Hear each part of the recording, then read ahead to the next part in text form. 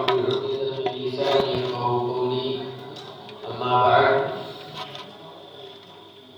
Yang saya hormati para asatidz di sini, Ustaz Hasan dan para asatidz lainnya, begitu juga ada para tokoh, para sesepuh yang ada di sini yang tidak bisa saya sebutkan satu persatu, para hadirin, para hadirat yang dicintai oleh Allah Subhanahu wa taala.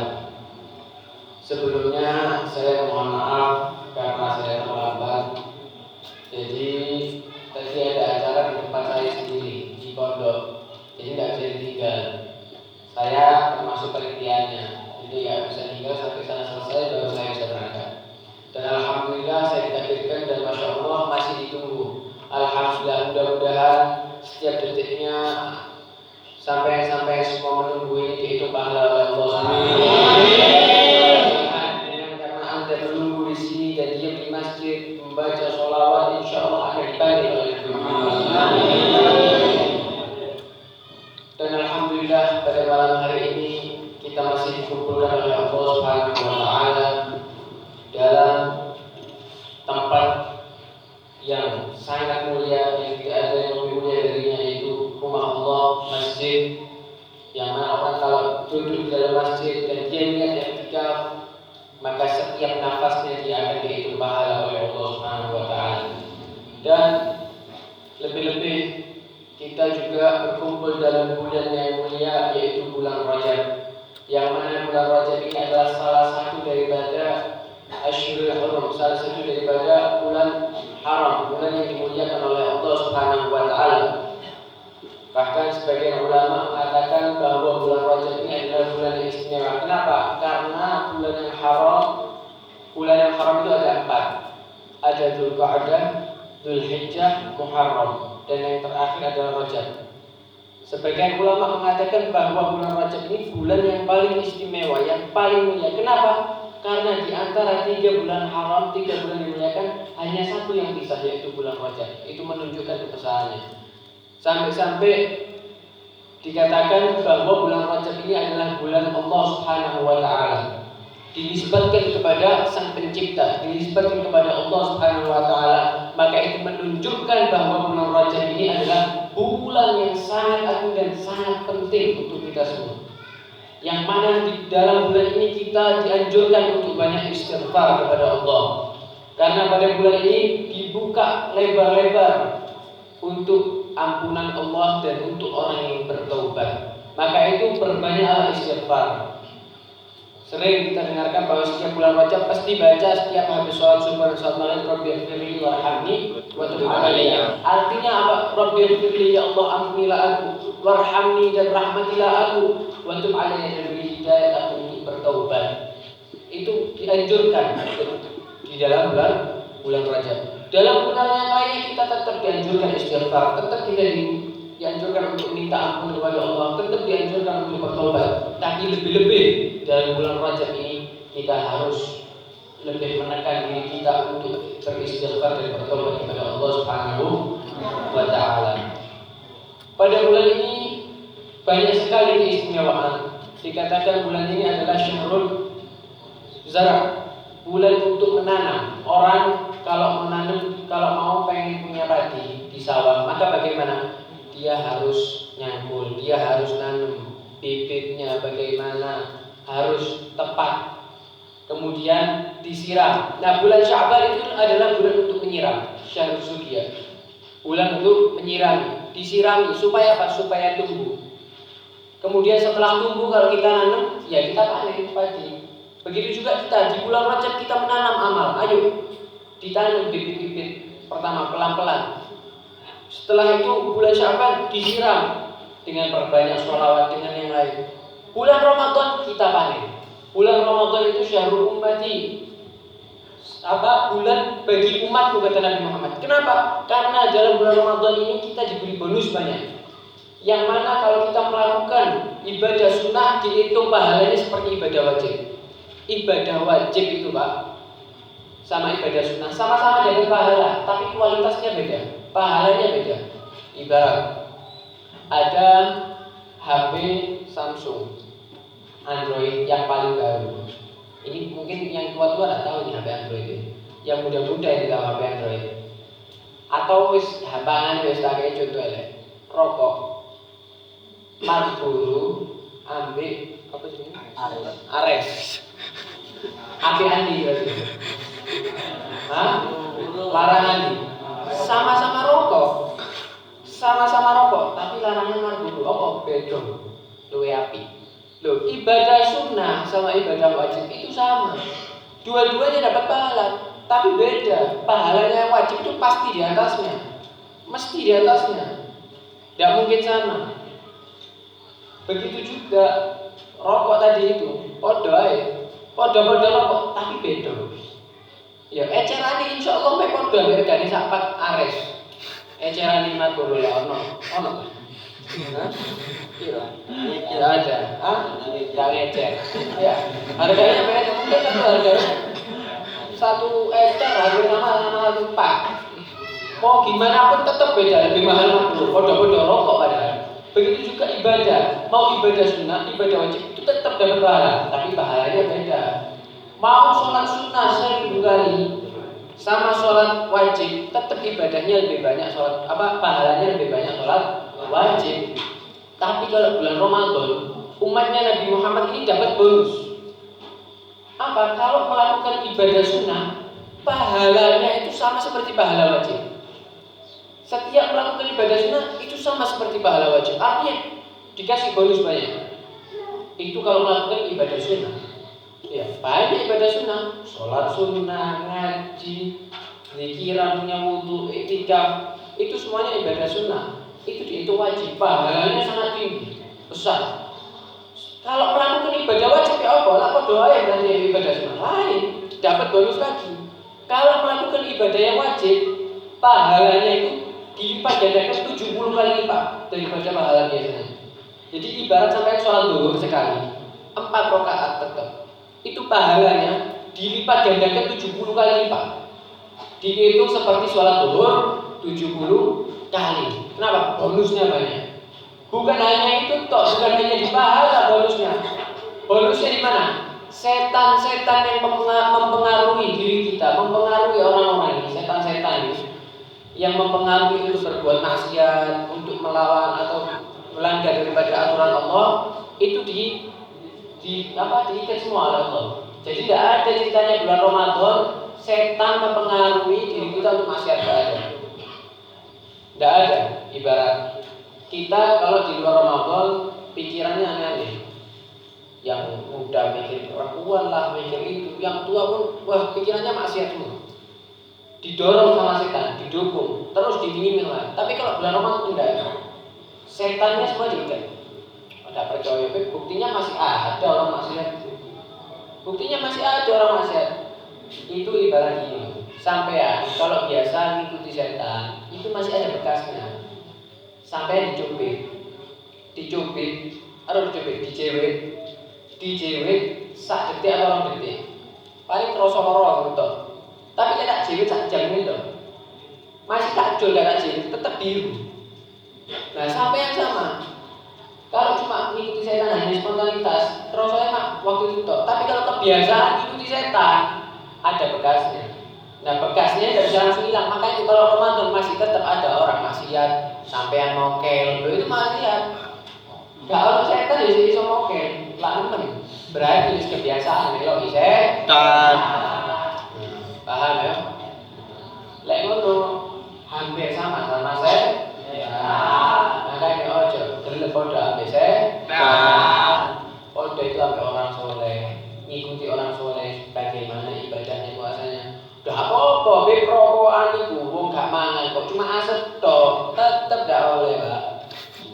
Gak oleh rokokan. Ya, makanya ibu-ibu itu kalau lihat suaminya rokokan nanti kalau nonton, ambil rokoknya, buang.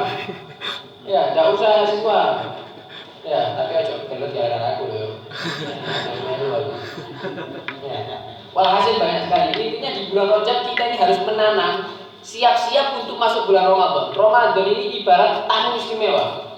Sampai kalau ada presiden ya, wah disiapkan semuanya. Polisinya datang semua disiapkan. Jalannya kalau perlu yang bolong-bolong ini diaspal kabeh. Apa? Presiden mau datang siap-siap 2 minggu lagi. Wah, itu sudah persiapan. Bulan dibersihin ini itu sambut semua yang meriah.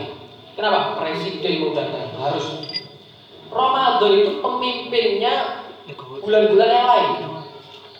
Rojo ini bulan-bulan yang lain itu bulan Ramadan. Jadi kan ada bulan Rajab, bulan Haji, Muharram, Safar, ya biasa kayak Senin Safar, Bubur Safar itu kan bulan Safar. Ya, bulan Maulid. Ada bulan rajanya pada bulan apa? Bulan Ramadan. Nah, kita mau memasuki bulan Ramadan berarti kita mau menghadap ke rajanya bulan itu harus siap-siap. Makanya itu sama ulama dikatakan bulan Rajab ini adalah bulan untuk menanam. Jadi harus siap-siap untuk masuk Ramadan. Dengan apa? Banyak istighfar, minta ampun sama Allah, perbanyak istighfar. Dari sampai aku ini kan mulai sampai sore, ngarit, nanam kentang. Saya mau tanya, kalau yang nanam kentang sama yang suka apa? Jadi muli sama lain, ambil ngayak tanah, iso ndak istighfar astagfirullah. Bisa tidak? Bisa, cuma kebiasaan nggak tahu akhirnya antep. Lek rokokan kebiasaan. Ya, terus sama deh. Cedas. Apa bedanya dengan istighfar? Coba dengan istighfar astagfirullah. Masih mau ping 100 dong. Ping 100 kira saya maca astagfirullah. Ndak nyampe 10 menit. Dan sampai ngayak pirang jam. Kuli pirang jam. Ya, ono maneh saking nemenin wis dibulan jam gak istighfar. Bangun di masjid, jadi kuli masjid nyemen ambil rokokan. Loh ini gak boleh. Gak boleh, ini banyak ini ya. Gak tahu sudah. Ya ini gak niat nyindir, ya niat biasa langsung. Ya, walhasil bulan Rajab ini adalah bulan yang istimewa. Kita harus mengistimewakan. Ini termasuk daripada syiar Allah. Termasuk daripada syiar Allah bulan Rajab. Di dalam bulan Rajab ini ada peristiwa yang tidak asing lagi, yang sering kita dengar setiap tahun kita adakan acaranya. Peringatan apa? Isra wal Mi'raj. Sudah sering ya, tiap tahun ada acara ini. Tapi tidak tahu Isra Mi'raj itu apa. Oke, hadir acara Isra Mi'raj guys. Isra Mi'raj itu apa? Kok harus diperingati? Isra Mi'raj itu adalah Nabi Muhammad SAW ketika di masa hidupnya dijalankan ketika malam hari dari Mekah ke Palestina, Masjidil Aqsa, Baitul Maqdis. Itu jaraknya sangat jauh. Tadi itu diceritakan kalau naik kuda liar paling cepat kuda balap. Insya Allah binatang paling cepat larinya itu kuda. Itu kalau naik kuda lari cepat. Jarak antara Mekah sama Baitul Maqdis itu 2 bulan, tidak berhenti. Ya apa itu jalan 2 bulan tidak berhenti? Jauhnya seperti apa? Itu Nabi diisrakan, dijalankan oleh Allah dari Masjidil Haram Mekah ke Palestina hanya dalam waktu 1 malam. Naik kendaraan namanya kendaraan buruh. Setelah sampai di Baitul Maqdis, Nabi diangkat naik ke langit pertama, langit kedua, sampai langit ke-7. Bertemu dengan para nabi, ketemu dengan Nabi Adam, Nabi Idris, Nabi Isa, Nabi Yahya, Nabi Musa, ketemu semua di langit-langit itu. Ada penduduknya. Jadi setiap langit itu ada nabi. Sampai langit ke-7. Setelah langit ke-7 dinaikkan lagi ke mana? Sidratul Muntaha. Untuk apa? Untuk bertemu dengan Allah Subhanahu wa Ta'ala. Itu sangat istimewa. Tidak ada. Semua para nabi itu istimewa, tapi tidak ada para nabi, satupun nabi yang pernah melihat Allah langsung ketika hidup-hidup, tidak pernah ada. Hanya Nabi Muhammad SAW. Yang bagi Nabi Muhammad dari dunia sampai naik ke langit ke-7 itu siapa? Malaikat Jibril. Ketika Nabi mau naik ke Sidratul Muntaha, Malaikat Jibril tidak mampu, mundur. Kenapa? Karena tidak ada yang kuat dengan cahayanya Allah. Seandainya Jibril maju 1 langkah akan terbakar. Dia tidak berani ikut. Sudah, ini saya tidak mampu lagi ya. Silahkan Anda naik. Nabi Muhammad naik. Akhirnya bertemu dengan Allah.